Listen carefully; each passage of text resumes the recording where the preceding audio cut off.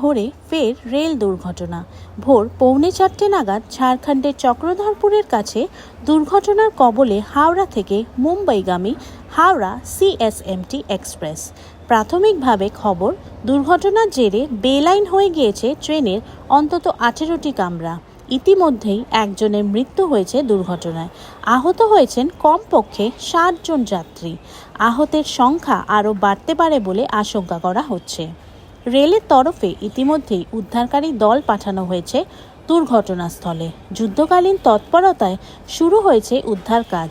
18টি কামরা বেলাইন হয়েছে, তার মধ্যে 16টি যাত্রীবাহী কামরা। বাকি দুটির মধ্যে একটি ট্রেনের বিদ্যুৎ সংযোগের কামরা এবং অন্যটি প্যান্ট্রি কার। দুর্ঘটনাস্থল থেকে আহত যাত্রীদের উদ্ধার করে চক্রধরপুরে পাঠানো হয়েছে চিকিৎসার জন্য।